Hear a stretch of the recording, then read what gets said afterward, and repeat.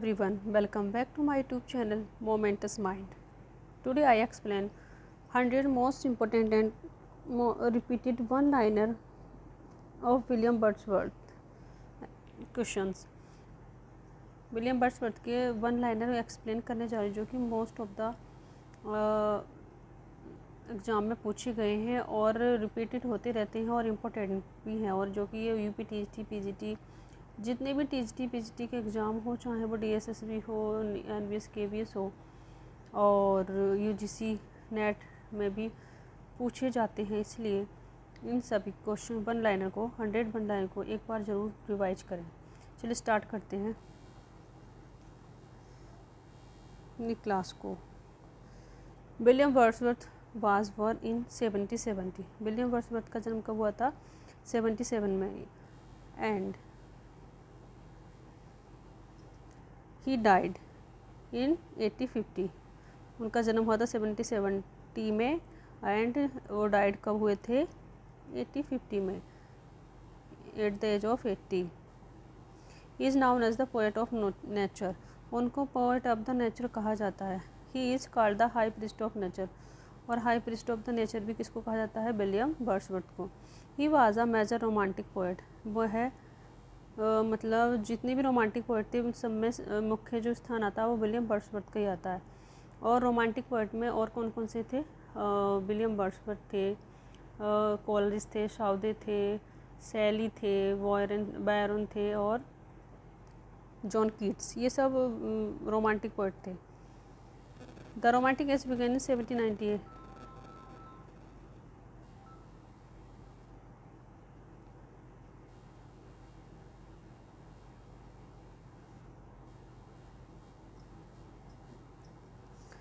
Lyrical ballads. The romantic age began in 1798। Romantic age कब start की गई थी? 1798 से। Lyrical ballad 1798 mark the beginning of romanticism. मतलब लिरिकल बैलेड्स के बिग शुरुआत मतलब पब्लिकेशन से ही रोमांटिक एज की क्या शुरुआत मानी जाती है। Lyrical ballad was written by Wordsworth and S T. Coleridge. Lyrical ballad को किसने लिखा था? एस.टी. कोलरिज, विलियम वर्ड्सवर्थ ने। Wordsworth wrote the preface to lyrical ballad. और वर्ड्सवर्थ ने क्या लिखा था? प्रेफेस टू लिरिकल बैलेड 1798 में आया था लिरिकल बैलेड, लेकिन जो उसका प्रेफेस जो लिखा गया था लिरिकल बैलेड का वो 1800 में लिखा गया था। The preface is called the manifesto of romanticism. और जो लिरिकल बैलेड का उसका जो प्रेफेस था उसको क्या कहा गया था? Manifesto of romanticism. Wordsworth defined poetry as the spontaneous outflow of powerful feeling. ये बहुत ही इंपॉर्टेंट डेफिनेशन है पोएट्री की जो कि विलियम वर्ड्सवर्थ द्वारा कही गई है। Poetry takes its origin from emotion recollected in tranquillity. Poetry takes its origin, ये लाइन भी पोएम से ही रिलेटिव है जो कि William Wordsworth believe poetry should use the language of common man. और विलियम वर्ड्सवर्थ का जो बिलीव था वो उनका ये मानना था कि जो लैंग्वेज होनी चाहिए वो इतनी सिंपल होनी चाहिए कि इसको कॉमन से कॉमन लोग भी समझ सके।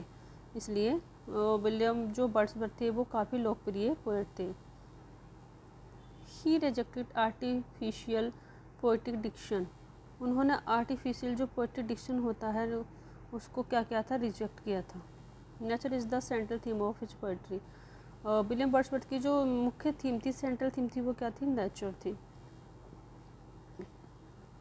ही believe nature is the best teacher. Nature क्या है? बेस्ट टीचर है। He is known as the worshipper of nature. He emphasize imagination and emotions. He was born at Cockermouth, Cumberland. He studied at St. John's, Cambridge. He visited France during the French Revolution.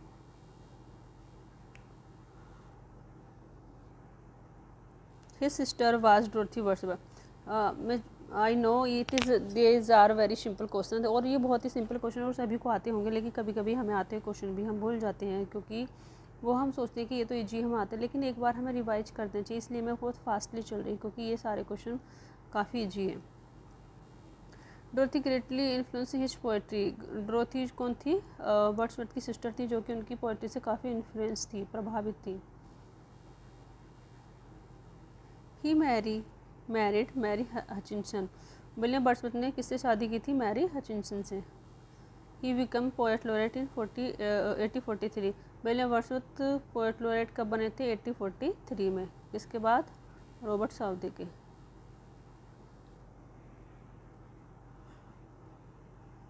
Hitch professor poet laureate was Robert Southey, predecessor sorry. His मतलब उनसे पूर्व जो poet laureate थे वो Robert Saudi थे, और उनके बाद कौन बने थे? Tennyson. His autobiographical poem is the prelude. Prelude को उनको ऑटोबायोग्राफिकल पोएम कहा जाता है। The prelude was published posthumously in 1850। Prelude कब पब्लिश हुई थी? 1850 को। The prelude was originally title the growth of a poet's mind. Prelude का ओरिजिनल टाइटल क्या था? The growth of a poet's mind. The prelude is an epic in blank verse. Blank verse means unrhymed iambic pentameter. Blank verse क्या होता है? इसमें अनराइम मतलब कोई rhyme नहीं होती, और आयम्बिक पेंटामीटर होता है। His masterpiece is the prelude.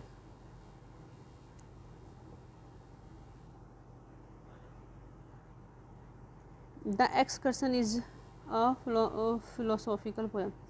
Excursion क्या है? फिलोसॉफिकल पोएम है। The recluse remained unfinished. William Wordsworth की जो रिक्लूस पोएम थी वो क्या रही थी? अनफिनिश्ड रही थी। ये क्वेश्चन बहुत बार पूछे गए हैं। Michael is a pastoral poem. Michael क्या है? एक पैस्टोरल पोएम है, जो कि विलियम वर्ड्सवर्थ द्वारा लिखी गई है। The solitary reaper is a famous lyric. Solitary reaper क्या है? एक फेमस लिरिक है। Lucy Grey is one of his narrative poem. Lucy poem are a series of 5 poem. Lucy poem में कितनी पोएम है? 5 पोएम है। She dwelt among the untrodden ways belong to the Lucy series. She dwelt among the, वह कहाँ रही थी? Among the untrodden veg, जो कि लूसी सीरीज से बिलोंग थे।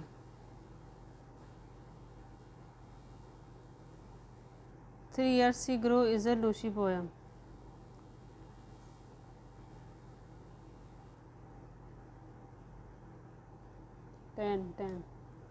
10 minutes. A slumber-dead my spirit seal is a Lucy. 3 years she grew is a Lucy poem.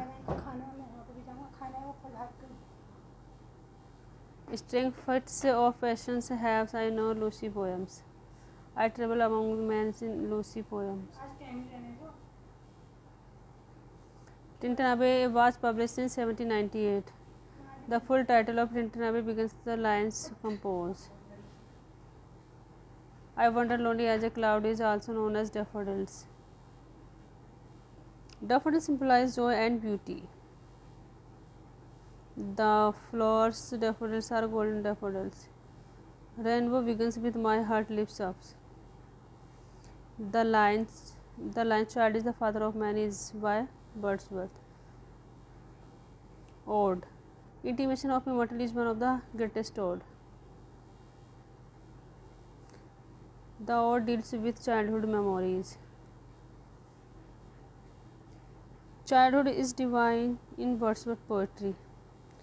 Resolutions and independence feature of the leech gatherer. The word is too much with us is a sonnet. It criticizes materialism. इस संसारी चीज़ों को क्या करता है? Criticise करती है। London 1802 is address to Milton. Wordsworth की जो लंदन 1802 बुक पोएम है टू मिल्टन, और उसका 2 टाइटल हैं, लंदन 1802 या to Milton. Milton thou shouldst be living at this hour is a famous line of Milton poem से ली गई। composed upon Westminster Bridge is a sonnet. It phrases the beauty London in a morning. Wordsworth prefers rural life to city life. He celebrated ordinary peoples. He admired simplicity. He opposed new classical artificiality. He believed imagination and transformed experience. Nature has moral and spiritual power. He considered childhood close to God. मतलब उन्होंने क्या मानते थे कि childhood जो था वो God के बहुत नज़दीक होता है. Memory is an important theme in his poetry. Solitude inspires poetic imagination. Tranquility is essential for poetic diction. Tranquility क्या थी? Essential थी किसके लिए? Poetic diction के लिए. He influenced Victorian poet. He inspired environmental thoughts. His poetry reflects pantheism. Pantheism means God is present in nature. He loved the Lake District. He is also called the Lake Poet.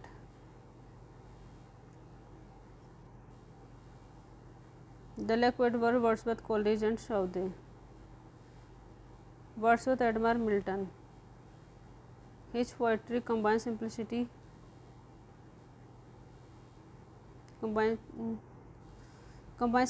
and depth. He used common incidents in poetry.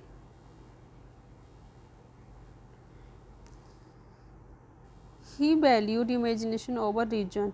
He believed feelings are superior to intellect in poetry. Nature heals the human mind. His poetry prompts peace and harmony. He often wrote in blank verse.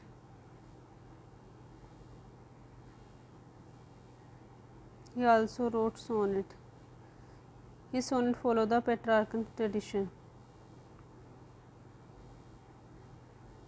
His language is plain and natural. He rejected ornate poetic style. He celebrated the dignity of common people. He is one of founder of English Romanticism. His poetry emphasized introspection. He believes poetry should give pleasure and truth.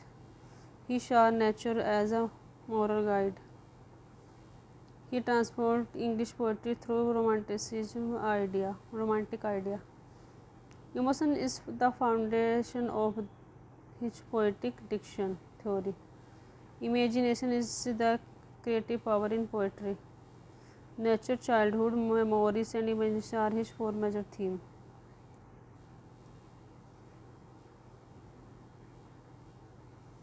William Wordsworth is regarded as the greatest poet of Romantic age. Last 100 question one liner exam favorite quote क्या था? Poetry is the response of powerful feelings from emotion recollected in tranquility. ये important क्या थी? Poetry की definition थी जो कि William Wordsworth ने दी थी. आज ना बहुत ही सिंपल क्वेश्चन थे और आई नो कि ये क्वेश्चन ज़्यादा इतने हाई लेवल के नहीं थे, लेकिन ये सब फैक्ट के ऊपर डिपेंड भी क्वेश्चन पूछ लिए जाते हैं आजकल. सिर्फ वर्क से ही पूछ नहीं जाते. क्या उनकी फीलिंग थी, क्या वो उनकी सोच थी, क्या उनकी मेंटलिटी थी, साइकोलॉजी थी, इस पे बेस्ट क्वेश्चन बनते हैं. इसलिए आज बस इस क्लास को ही फिनिश करते हैं. नेक्स्ट क्वेश्चन में इनके वर्क से रिलेटिव 100 या 500 क्वेश्चन की एक क्लास और लाऊंगी.